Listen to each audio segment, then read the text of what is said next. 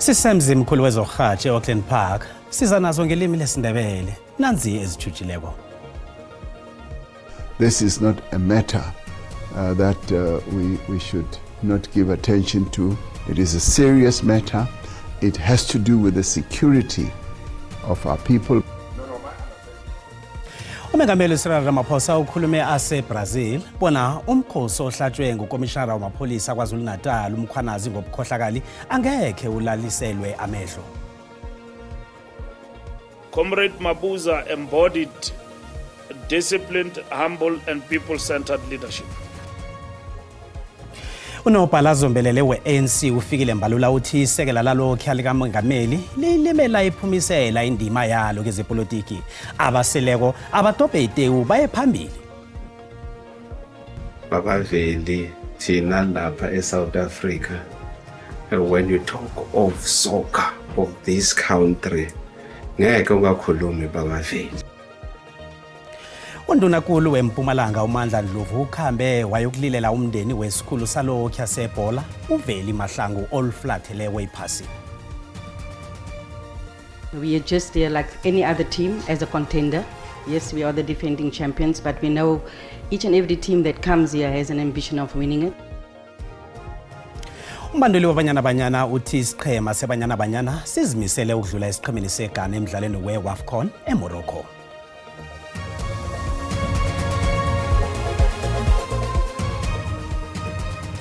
Kuyangithokozisa ukubuye ngihlangane nani endabeni ku-SABC1 lotshani isitshaba sekosi.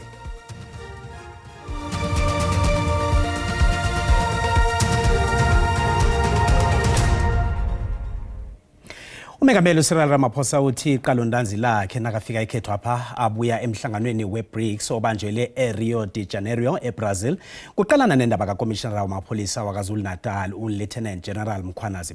Mkhwanazi usole ungqongqoshe wamapholisa uSenzo Mchunu nezinye ingikhulu zamapholisa ngobukhohlakali. On the issue of the announcement, or better still, what the Police Commissioner of KZN, General Mkhwanazi, said, I was not aware of it, that it was coming, and obviously it is a matter that I will be dealing with when I get home. I will need to look at it more closely and have a thoroughgoing discussion with a number of people, and thereafter there will be a clear way forward. This is not a matter that we should not give attention to. It is a serious matter. It has to do with the security of our people, but it also has to do with our adherence to the rule of law.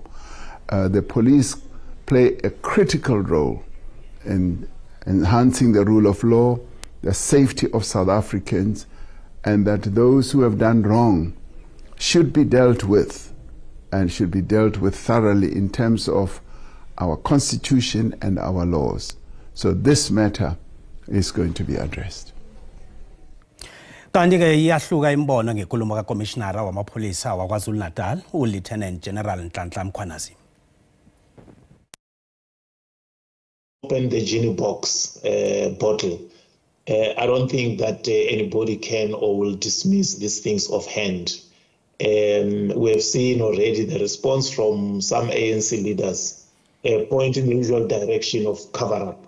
But I think the public disgust with crime levels and with corruption will be so strong that there will have to be an inquiry. I think one must, for now, hold judgment until the President looks at the matter and hopefully will do what is necessary so that ultimately the truth can be discovered and South Africans can be assured that the South African Police Service, at least those who we rely on for public safety, that the integrity of such an important institution is protected and preserved. Kusesenjalo ne-ANC ithi izokusikimela phezulu insolo ezenziwe ngukomishonara wamapholisa uNhlanhla Mkhwanazi ngongqongqoshe wamapholisa uSenzo Mchunu. Bekhuluma unobhalazo Mbelele we-ANC ufikile mbalula nabekakhuluma nababika indaba. Umbalula uthi ANC izithathele phezulu insolo ezenziwe ngukomishinara wamapholisa uLieutenant General Nhlanhla Mkhwanazi. Uthi hlanganabo izokuvumela umthetho uthathe indima ekuthatheni amagadango womthetho. The African National Congress takes seriously the recent allegations made by KZN Police Commissioner Lieutenant General Nhlanhla Mkhwanazi. These allegations touch on the very integrity of the criminal justice system and the constitutional obligation of the state to protect all South Africans. Umbalula urake wathi insolo ezithweswe ungqongqotshe wamapholisa uSenzo Mchunu angekhe zithathelwe phasi kanti zifuna ukuthi umengameli welizwe uCyril Ramaphosa angenelele. Let it be known, corruption will not be tolerated. Crime will not go unpunished. Public funds belong to the people, not to criminal syndicates or dishonest officials. Umbalula uthi angekhe bavumele inlelesi zizenzele umathanda. Uthi ihlangano wabo izokuthweswa ukuziphendulela kilabo ababandakanyekako ezenzweni zobelelesi. Uthi umengameli uzoyichecha msinyazana indaba le. The ANC reaffirms its commitment to accountability, non-interference in law enforcement, and the full protection of whistleblowers, investigators, and officers of the law. Ihlangano wabo iyaraga nokwenza imizamo yokulinga ukulwisana nezenzo zobelelesi. Wakhalima nomukho omutsha owenziwa zimbiki indaba ezihatsha ilwazi eliduhisako emphakathini. Kanti nasaphethe zikaMkhwanazi njalo usihlalo wekomiti yezamapholisa eParliamente uIan Cameron uchukumise ihlelo lokusebenza ngezwango batsho le evezwe nguMkhwanazi. Cameron uthe uyokubawa umhlangano nekomiti. Batsho amapholisa weSouth Africa abuthakathaka begodu akhohlakele. Uthi insolo ezenziwe nguMkhwanazi zitshengisa ukuthi kunamahlanahlana khulu ebuthweni lamapholisa kufuze kubuthwe wonke amahlanahlana layo. I must emphasize with this the importance of the dockets that were mentioned yesterday by General Mkhwanazi, that those dockets or the processes regarding them should be frozen until an independent inquiry can be done. Ezinye imphakamiso ukubana lenziwe msinye ihlelo lokuhlola indlela yokuphila yengikhulu zamapholisa. Kodwa nombuzo uthi nange kuthonya iphenyo ungqongqoshe wamapholisa kufanele ahlale esikhundleni sakhe na. If preliminary investigation indicates any form of political influence from anywhere in the ministry, suspension should be considered. Ngokusho kwaMkhwanazi kunabongqondongqondo ababili bobulelesi batsho abasebenzisana noMchunu. Wokuthoma usolwa ngokubandakanyeka noMchunu nguBrown Mokgotsi ekuthiwa batsho ukhona ukufinyelela imihlolo eyifihlo yamapholisa. Uhlalazi nokuthi ungqongqoshe ukuphi anjalo nje batsho uhlela imihlangano nabanye abosomabhizinisi. I'm no associate to the person that General Mkhwanazi is referring to. The Brown Mokgotsi affiliation or potential affiliation will definitely be part of the briefing with the committee. Wesibili osolwa nguMkhwanazi ngusomabhizinisi uvalelweko uVusumuzi Cat Matlala onamathenda amaningi emapholiseni. Thiwa batsho usekela ngemali amahlelo wezopolitiki kaMchunu ekufaka hlangana izwango batsho yokubhadela inthunywa ze-ANC econferencini yeJanuary 8 statement ebeyibanjwe phambili nomnyaka lo. uCameron uveza nokuthi uMatlala uyathindeka nakusira naphezulu kokuthi aba namacala phambilini. You'd remember a few months ago, SARS conducted a raid at Mkhize, Miss Mkhize's home, the owner of a well-known soccer club. During that raid, a whole cache of firearms were seized. All of those firearms were registered to a security company belonging to none other than Mr. Cat Matlala. uCameron ubhalele noSpeaker weParliament uThoko Didiza ukuhlela inkulumo mpendulwano ngendaba le ngokurhabako. Asiqale umbono wakho mbukeli ngale ndaba ezivezwe nguLieutenant General Nhlanhla Mkhwanazi nakumbono wakho uyalandela mbukeli.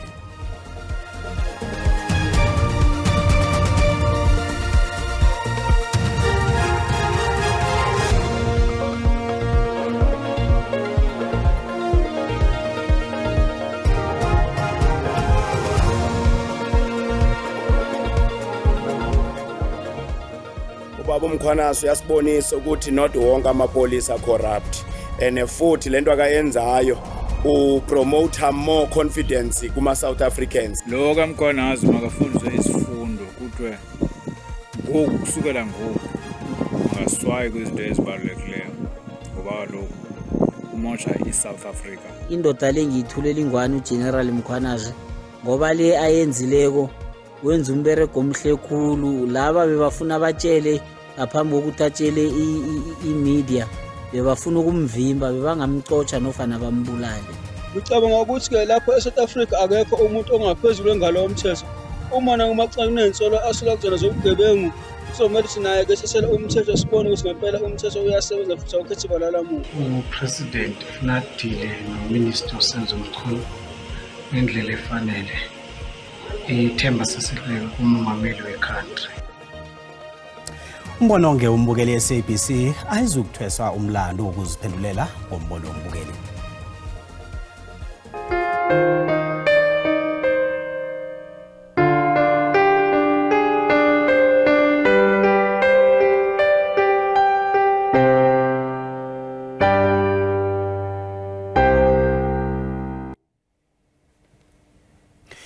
Unobhala Zombelele we-ANC ufikile mbalula uthi ukubhubha kwaka David Mabuza okhabe alisekela lalokhu likaMengameli kubabethile begodu kubenza bacabange ngempilo.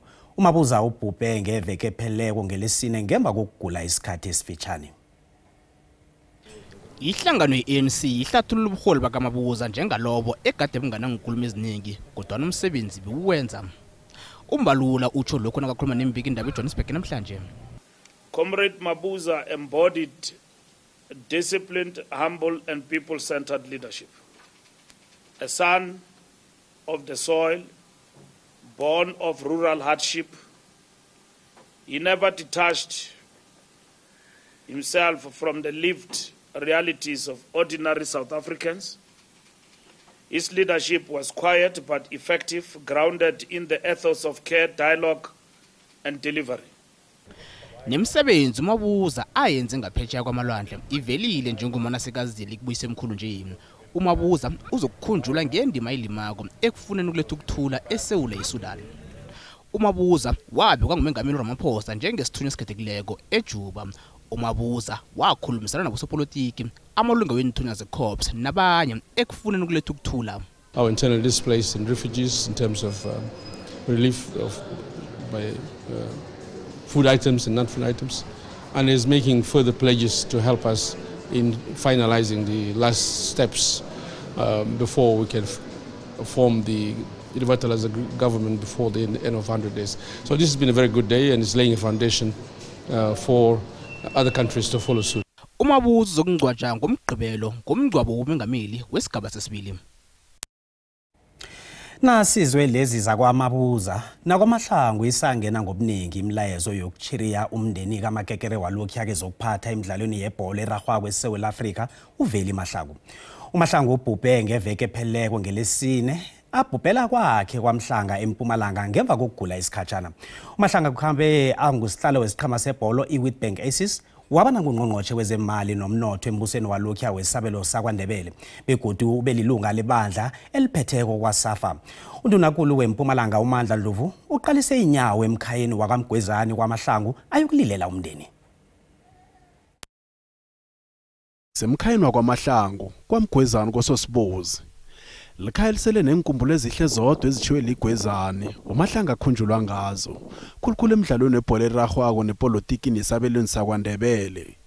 Undunankulu weMpumalanga uMandla Dlovu ufike emkhayeni wakwaMahlangu kwaMhlanga aphekelelwa zinkhulu zembusweni ekubalwa nomeyara weThemsiliyano Lesitsha Dikgale bazokudlulisa amezwi okuchiriya.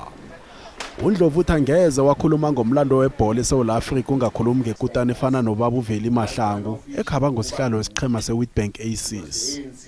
Baba Veli was not just an ordinary person. Baba Veli thina lapha eSouth Africa, when you talk of soccer of this country ngeke ungakhulumi Baba Veli.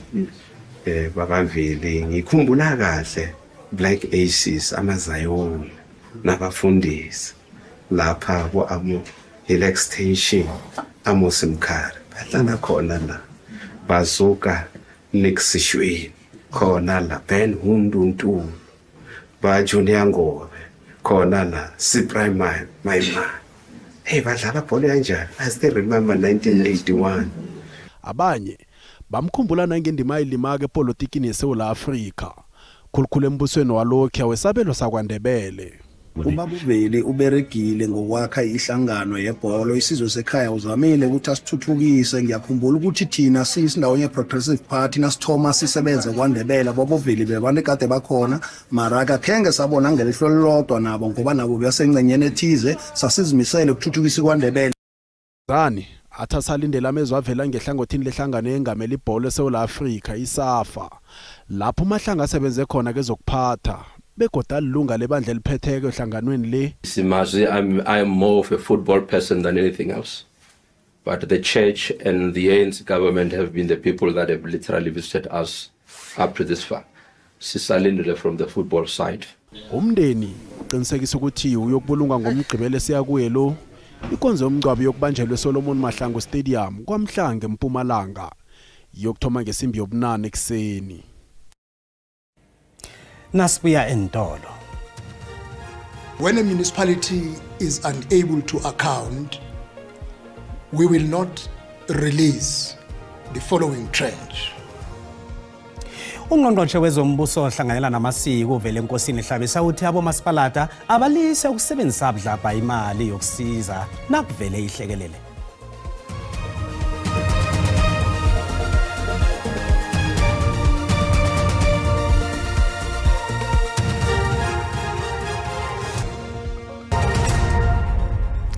Sisaraga nendaba zesiNdebele laphambukele nazikuphundileko zikhona ku YouTube, SABC Plus, TikTok, X nako Facebook. Asirage nazo. Umnyango wezefundo eMpumalanga ubekele ngeqadi imali engange 45 million rand eyokusetshenziselwa ukubanjwa kwemfundo zebusika zalomnyaka esifundeni esi.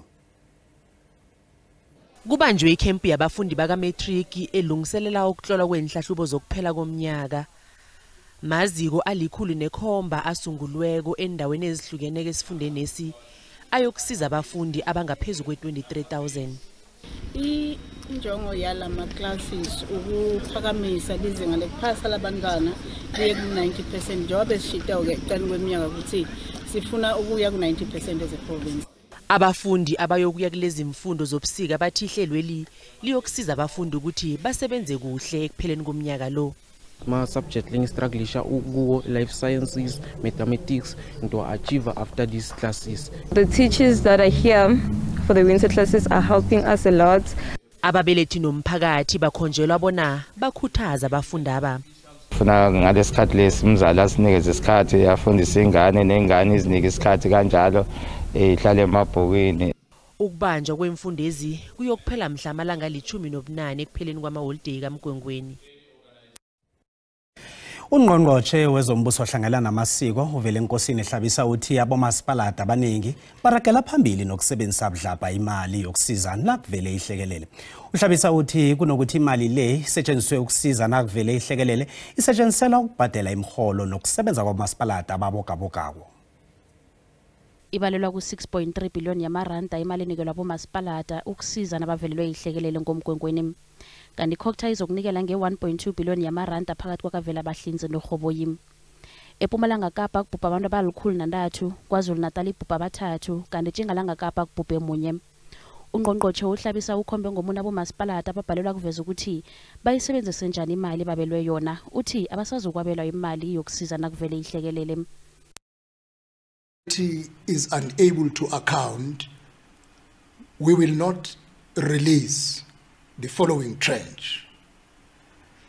But as I explained, we understand if you don't release money, you are affecting communities. That is why we want to talk to premiers and MECs and mayors that look, when it comes to the time that we must transfer the allocation that we will announce on the 5th, if the municipality has not made the accountability, the only option that we remain with is to appoint a service provider. Kuzokuba namahlelo aqinileko azokusetshenziswa ukuqinisekisa ukuthi akusetshenziswa imali engezeleliweko. umnyango kahlabisa uhlelo ukuhlangana nabondunakulu abomeyara kunye nosomkhandlu wezombuso ohlanganyelwa ukunikela ngombiko otshoko ukuthi imali isetshenziswe njani. Municipalities, when allocated money for disaster, they don't use it on disaster. They pay salaries out of that money. They run the daily operations with that money. Imali esiza nakuvele ihlekelele izokwabiwa phakathi kwenyanga emibili ijame nganasindlela. Kanikeze imali randa lehlile nalinganisa nezinye imali ezikulu.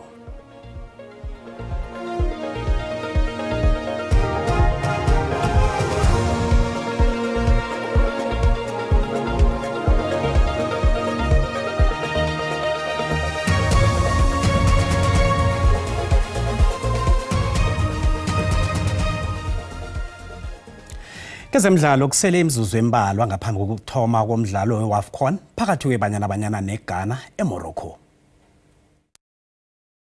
AFCON yango 2022 iBanyana izimisela ukuvikela ibhigiri njengomana ithoma umdlalo wayo neGhana ku Group C. Ihelweni lemidlalo elikhomba iBanyana nehlangana neGhana ithumbe amahlandla amane. Umbanduli uDesiree Ellis uthi baya ngokuzimisela namhlanje. We are just there like any other team as a contender. Yes, we are the defending champions, but we know each and every team that comes here has an ambition of winning it. Lo mdlalo uyokuhatshwa bunqopha ku SABC 3 nge-hour lesithandathu nje.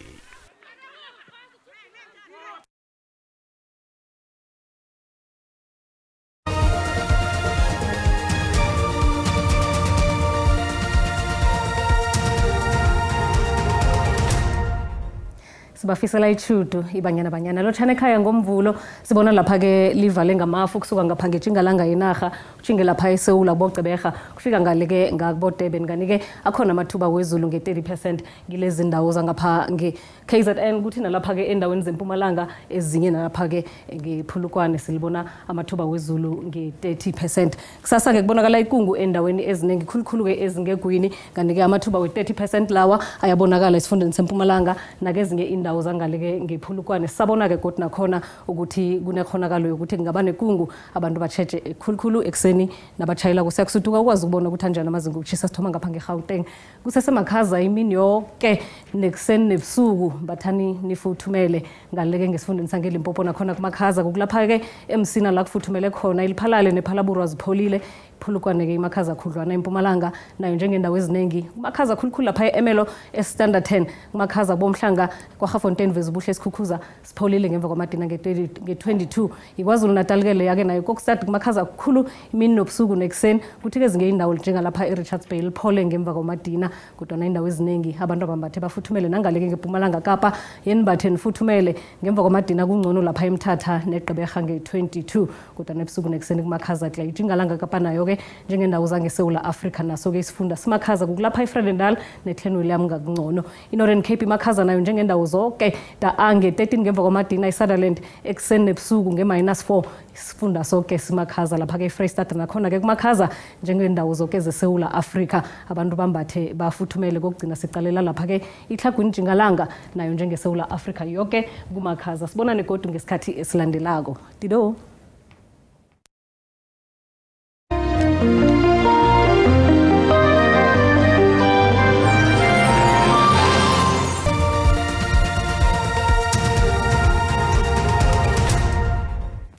Ziyalandela zesisulu nge-hour lekhomba kanti kusasa ngesikhathi esifanako zikhona zeSiswati nisale nomusa.